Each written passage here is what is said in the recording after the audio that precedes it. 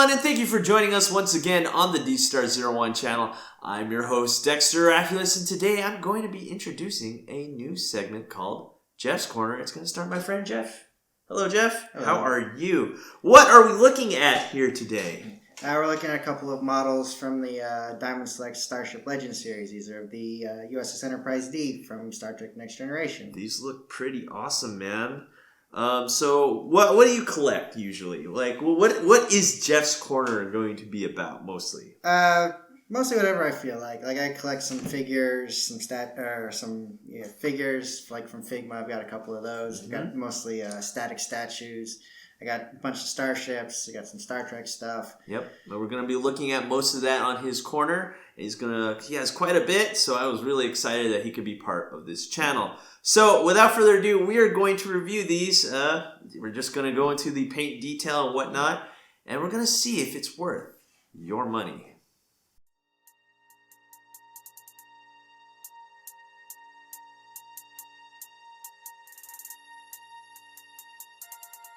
First, let's talk about these models. These are the Starship Legend series by Diamond Select. These models measure in roughly 16 inches long. One of these models is the original Enterprise D we see in Star Trek The Next Generation. The next is also from The Next Generation, but from the series finale All Good Things. Yes, that's right, this is the alternate universe Dreadnought. But not only that, this particular model is the Comic-Con exclusive version. I know there is a non-exclusive release of this model, but I don't have that one. I might get it, maybe. It's quite easy to see that the original model was made with the Dreadnought version in mind. As you can see, around the bridge is the area where the antenna cannons are mounted. Also, the Dreadnought, we can see the back of the original neck under the third nacelle mounting. The original is a well-built and feels solid. There's very little squeeze creak. The windows and the insignia on both models are painted on and not stickers. The Dreadnought model shares the same build quality, very solid and well-built base, but this is where we get into the ugly of the Dreadnought model. The attachments of the alternate reality parts is rather blah. There's a rather large gap down the neck, and the torpedo turret mounted on the hangar bay has large gaps as well. Other parts like the antenna, cannons, and the pylon wings are well fitted. Also, the phaser lance is well fitted and solidly mounted. One of the coolest things these models do is saucer separation. That's right, you separate the saucer from the star drive section. When you do this, it plays a soundbite.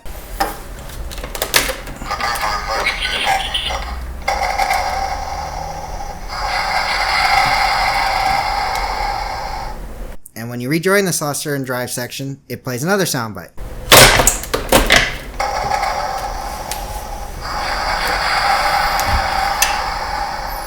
Just remember, when you separate the saucer, never let the Betazoid drive.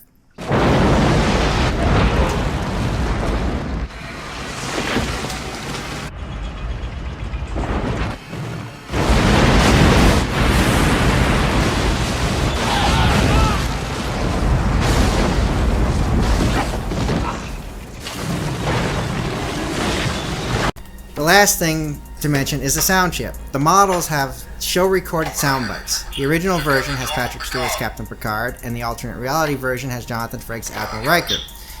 When you press the bridge down, the model speaks. Now the alternate reality has a much better sound chip that is clear and distinguishable. The original version sound chip is not great. It sounds like a tape recorder when the batteries are dying. Now this might just be the one that I got, as there are signs that it might be a second-hand or store display. And it was purchased from a resale vendor 2 or 3 years after release, while the alternate reality version was purchased at Comic-Con of its release. At the end of the day, if you're looking for a solidly built Enterprise, both of these display pieces would not be a bad purchase at the $100-ish price range. They have a slew of cool features like the magnetic connectors for saucer section, the lights, and sounds. Now, if you ask me why I bought these, well, they're the Enterprise D. What more could you have on? Oh. Okay, so let's break these down. So obviously we're in different clothes, and well, you're not. You're wearing the same 411, 511 shirt. Yeah. You are? Yeah. Oh well, I guess I'm the only one that changed clothes for this one. But no, really, we have this review actually took 2 days. I was supposed to just knock it out in a day, and while I was filming, I came across a problem. Jeff, what happened here? What was going on with these guys? One of the bigger problems is the connectors on the underside of the saucer sections get stuck, so they don't make great connections. And when it happens, it triggers the sound chip. And the sound chip tries to play the sound, so it draws power from it the entire time that it's trying to do that. So one of the instances is on this one, if we shut the actual power off.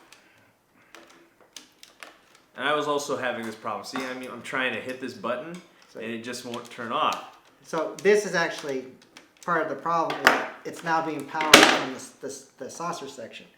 So if you leave the saucer section here, shut the star drive off, it turns on.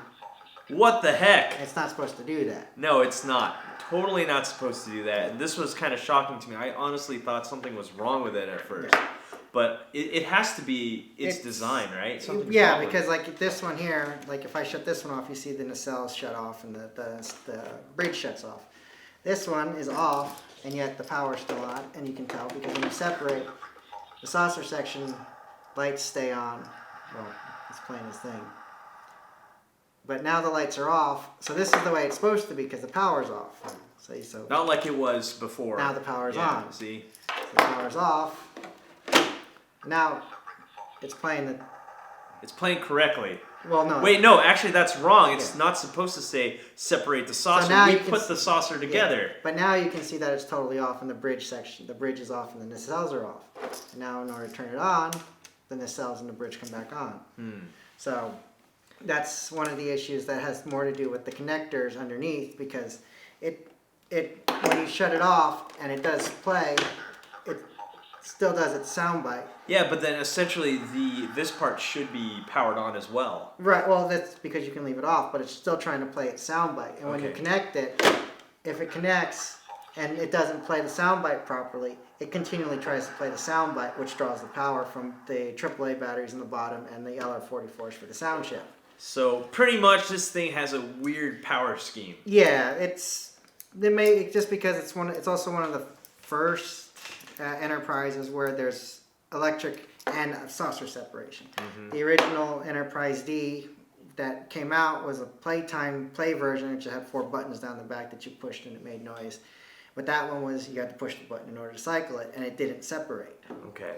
So it may just be an issue of the technology used for this one. Yeah, this is a main drawback. I was thoroughly enjoying recording this and playing with it and everything.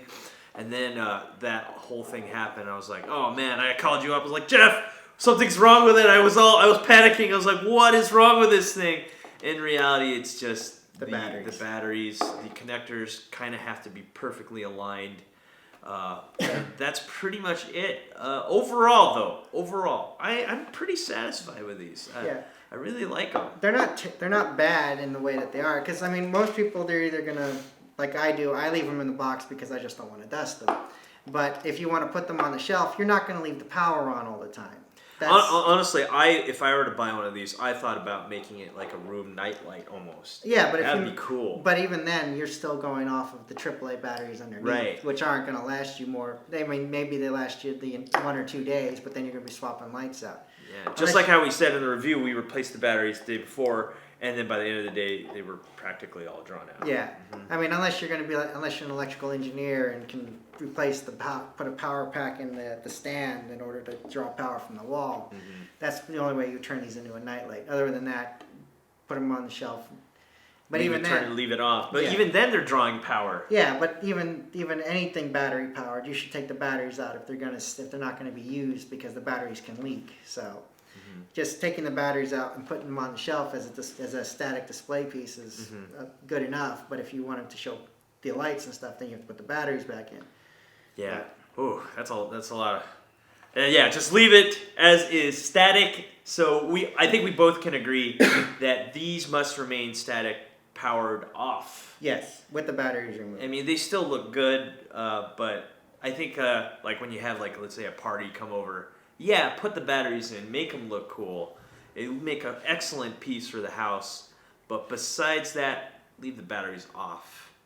And I think that's the main drawback of this. But still, this is a pretty good piece. Yeah. So So we totally recommend this. Before we go, I just wanted to ask Jeff here, what else can we expect from your corner? I have figures, I have statues, and I have gadgets. So More stuff for the channel?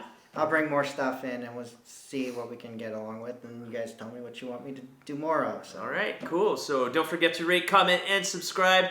This is Dexter from the D-Star01 channel. This is my friend Jeff here with Jeff's Corner, and we'll see you guys next time.